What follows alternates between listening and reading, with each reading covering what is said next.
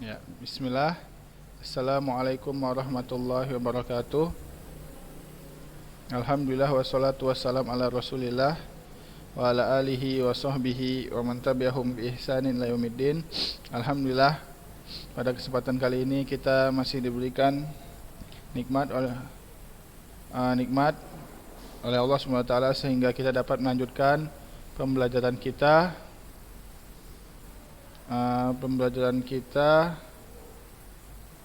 pada kesempatan kali ini, ya. Adapun pada kesempatan kali ini kita memakai Zoom, ya. Silahkan dibuka untuk semua partisipan untuk membuka kameranya, ya. Yang laki-laki, ya. Kalau ada akhwat yang masuk silahkan keluar lagi, buka kameranya. Kalau nggak buka kameranya nggak diabsen nanti, ya.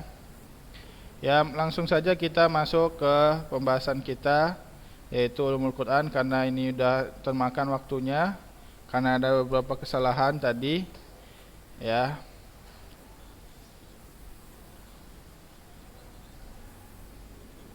Di mute dulu, itu semua di mute.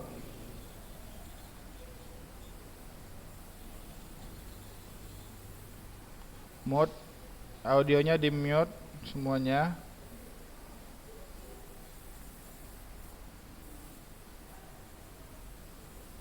Ya, kita langsung masuk ke pembelajaran kita.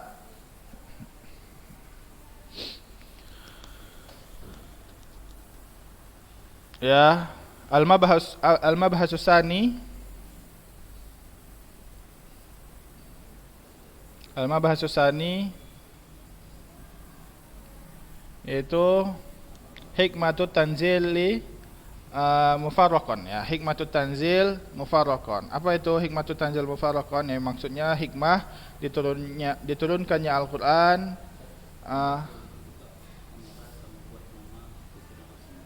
ya.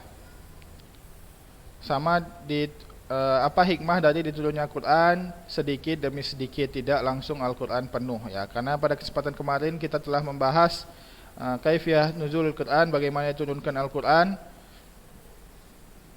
Al-Quran diturunkan ada secara langsung satu Al-Quran, yaitu dari Lauh Mahfuz sampai ke langit dunia, kemudian dari langit dunia ke Nabi Muhammad SAW itu secara mufarraqan, terpisah atau sedikit demi sedikit, ya. Dan itu mempunyai beberapa hikmah yang mana telah kita jelaskan, ya, pada pertemuan yang lalu juga. Hikmahnya itu yang pertama untuk menetapkan atau mengkokohkan hati Nabi Muhammad SAW, ya. Yang mana pastinya apabila diturunkan Al-Quran secara langsung, secara Al-Quran satu Al-Quran full diturunkan, maka itu akan memberatkan, jelas itu akan memberatkan Nabi Muhammad SAW dan akan membuat shock, bahkan drop, ya, karena begitu banyak syariat yang turun pada satu waktu. Maka itulah hikmah diturunkan sedikit demi sedikit agar mengkokohkan Nabi Muhammad SAW, dan syariat itu juga turun sesuai keadaannya, ya. Maka ayat-ayat yang turun di Mekah itu berbeda dengan ayat-ayat yang turun di Madinah. Kalau ayat-ayat yang turun di Mekah itu lebih pendek dan lebih ringkas dan lebih mengarah kepada tauhid. Adapun yang turun di Madinah maka itu dia lebih panjang, lebih banyak perkataan-perkataan, lebih banyak kata yang tidak ringkas, dan yang mana itu menjelaskan syariat-syariat, ya. Kemudian kita masuk ke nomor 2, ya. Untuk semua partisipan dibuka kameranya, kemudian ditulis absen di chat ini, ya. Di chat silahkan ditulis absennya, ya. Ditulis absen, nama, ya, nama,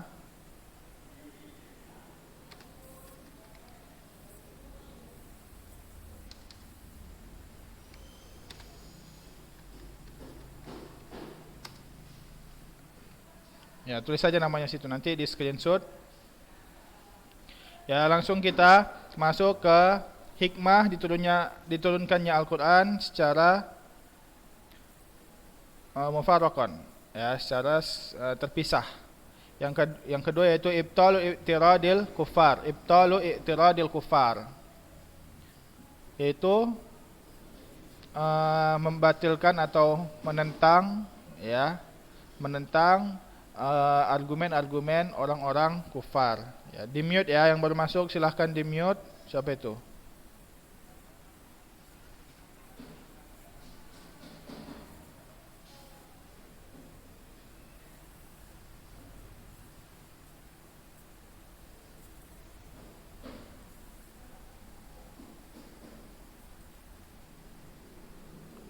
Ya,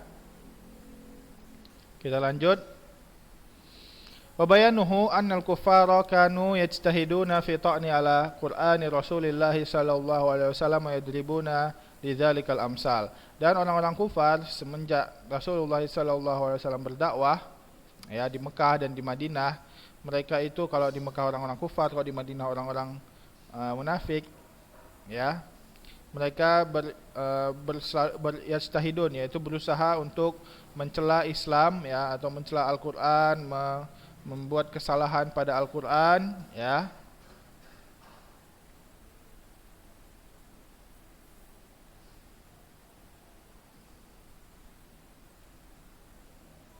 Ya, afwan, kita ulang.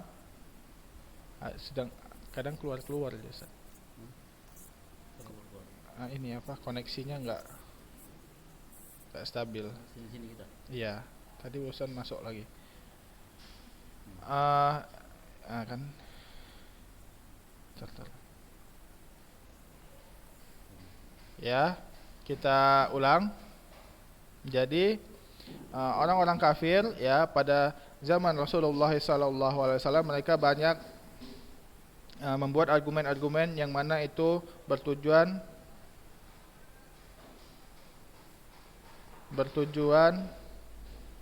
untuk membantah Islam dan membantah Al-Qur'an. Maka di sini ayat-ayat Al-Qur'an turun, ya, untuk menolong Nabi Muhammad SAW membantah argumen-argumen orang-orang kafir, ya. Al-Qur'ani wa Rasulillah sallallahu alaihi wasallam wa yadribuna lidzalikal amsal, dan mereka banyak mendatangkan perumpamaan yang batil. Ya ka'udzalika minhum ala sifatil istimrar, ya, yang mana itu ala sifatil istimrar, maksudnya gangguan itu atau argumen itu datang terus-terusan kepada Nabi Muhammad sallallahu alaihi wasallam, ya. Fakana Jibril alaihi salam yanzilu bil Qur'ani liyuhiqqal haqqa wa yubtilal batila, ya, wa yarudal i'tirada wa yadkhasa syubaha bi ahsanil barahin.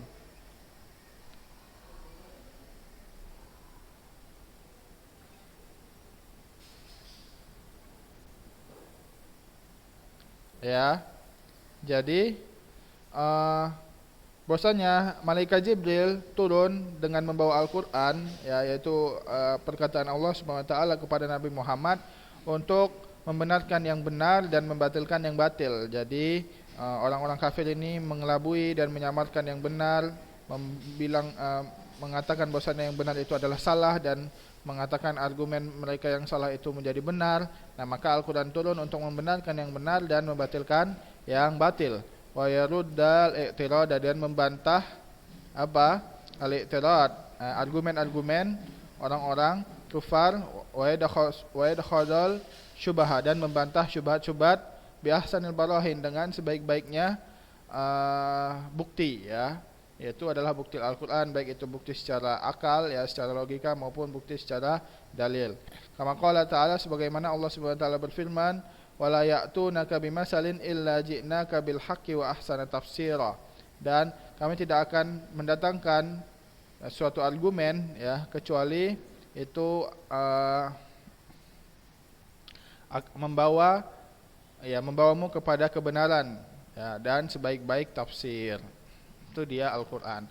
Maka setiap ada argumen, maka turun ayat bantahannya. Setiap ada argumen, turun ayat bantahannya sesuai argumen tersebut. Pada waktu argumen tersebut datang, maka datang ayat untuk membantahnya. Itulah dia hikmah diturunkan Al-Qur'an secara terpisah. Ya, kemudian at-tadarruj fi tashri'i mura'atan lil mukallafin, ya. Kemudian yang ketiga ini tadarruj. Tadarruj itu bertahap, ya, bertahap atau berdarajat, ya. Tadarrujat ini dari kata darajat, maksudnya bertahap-bertahap fi tashri' dalam mendatangkan syariat dengan melihat mukallaf, dengan melihat para mukallaf. Para mukallaf itu kita, ya, maksudnya umat Nabi Muhammad sallallahu alaihi wasallam. Terkhusus di sini umat pada zaman Nabi Muhammad sallallahu alaihi wasallam, yaitu para sahabat. Maka disebutkan di sini fa'an Aisyah radhiyallahu anha qalat innama nazala awwalu ma nazala minhu suratun minal mufassali fiha dzikrul jannati wan nar hatta idza saban nasu ilal islam nazala al halalu wal haramu walau nazala awwala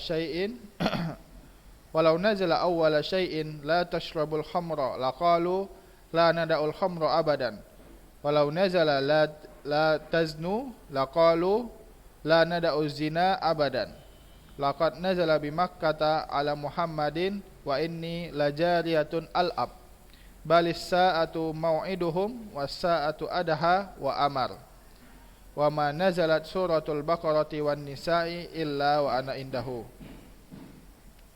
Ya, dijelaskan, ya, sebelumnya untuk partisipan buka semua kameranya, karena kalau nggak buka kamera tidak akan masuk ke absen, ya, dianggap tidak hadir. Ya, kita lanjut pembahasan kita, at-tadarruj fi tashri'i mura'atan lil mukallafin, ya. Jadi bertahap dalam menurunkan syariat, karena ini melihat umat yang mukallaf, yang diturunkan padanya syariat. Maksudnya apa? Maksudnya apabila Al-Quran diturunkan langsung, maka itu akan memberatkan umat, ya, bukan hanya memberatkan Nabi, akan tapi memberatkan umat, yang mana itu langsung semua Al-Quran, semua syariat yang ada dalam Al-Quran langsung turun, ya, dalam satu waktu. Maka itu jelas akan memberatkan mukallaf, yang mana mereka, para sahabat pada zaman itu sebelum datangnya Islam, maka mereka sering minum khamar dan sering berzina. Maka ketika diturunkan langsung, ya, tanpa ada iming-iming, tanpa ada motivasi surga, maka mereka jelas akan berat, ya, karena, ya, itu harus sesuai keyakinan, maksudnya harus didukung dengan keyakinan. Apabila dengan langsung, maka itu akan memberatkan hati mereka pastinya, ya, karena mereka telah terbiasa. Fa'an Aisyah, maka ini diriwayatkan dari Aisyah radhiyallahu anha bahwasanya Aisyah berkata, inna nazalat, maka ayat-ayat yang turun pada awal turunnya Al-Quran, maka itu suratun minal mufassali fiha, yang mana itu surat yang mufassal, yang terperinci, yang mana disebutkan tentang surga dan neraka saja. Maka kita lihat surat-surat Makkiyah di sini berbeda dengan surat-surat Madaniyah, ya. Surat-surat Makkiyah yang turun di Mekah itu kebanyakan menjelaskan tentang tauhid, menjelaskan tentang surga dan neraka, yang mana itu adalah kabar baik dan kabar buruk, ya, yaitu tidak lain untuk memotivasi umat, untuk memotivasi para sahabat, ya, yang mana mereka perlu diiming-imingkan dengan surga dan ditakut-takuti dengan neraka, karena itu yang membuat keyakinan mereka menjadi kokoh. Baru setelah itu turun syariat, ya. Berbeda apabila langsung syariat tanpa mengokohkan keyakinan mereka terlebih dahulu. Hatta idza sabanna, sampai ketika telah tetap hati manusia. Sabah ini maksudnya telah tenang, ya, tentang ayat-ayat yang turun, telah tenang di dalam Islam. Nazalal halal wal haram, maka turunlah tentang halal dan haram, tentang pengharaman zina, tentang pengharaman khamar, ya, mengharamkan babi, mengharamkan anjing, mengharamkan mayat atau mayat, ya, dan semua yang najis. Maka itu datang setelah iming-iming surga dan neraka. Kenapa? Karena untuk mengkokohkan hati para sahabat pada saat itu. Walau nazala awal syai, apabila yang turun pada saat itu adalah lafaz atau perkataan la tashrabul khamra, janganlah kalian minum khamar langsung ya, tanpa ada iming-iming surga dan neraka, maka mereka akan mengatakan la nadaul khamra abadan, kami tidak akan meninggalkan khamar selamanya. Apabila yang turun awal yang turun di dalam Al-Qur'an adalah lafaz la taznu, janganlah kalian berzina, maka para sahabat pasti akan mengatakan la nada'u zina abadan, kami tidak akan meninggalkan zina sedikit pun. Kenapa? Karena mereka belum diiming-imingkan neraka dan surga ya, belum ada pengkokohan terhadap keyakinan mereka. Maka inilah dia hikmah yang sangat besar ketika Al-Qur'an diturunkan secara sedikit demi sedikit sesuai keadaan umat pada saat itu. Laqad nazala bi Makkah ala Muhammadin, maka ketika turun di Makkah kepada Nabi Muhammad sallallahu alaihi wasallam yaitu wahyu, wa inni lajariyatun al-ab, maka pada saat itu Aisyah ini masih masih anak kecil yang sedang bermain, maksudnya masih masa bermain lah pada saat di Makkah.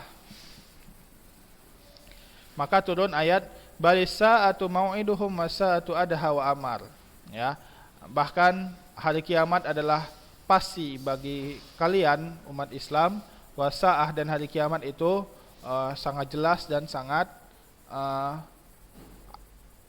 ya, maksudnya pasti akan datang. Nah, di sini menyebutkan bahwasanya bukti bahwasanya ayat-ayat yang turun di Mekah yang mana pada saat itu Aisyah masih sangat kecil ya, belum dinikahi oleh Nabi Muhammad SAW, yaitu adalah turun ayat tentang hari kiamat ya. Di sini sebutkan as-saah, yaitu menunjukkan bahwasanya untuk mengokohkan keyakinan para sahabat tentang hari kiamat ya, dan tentang surga dan neraka. Maka kemudian syariat-syariat yang lainnya itu turun pada saat di Madinah.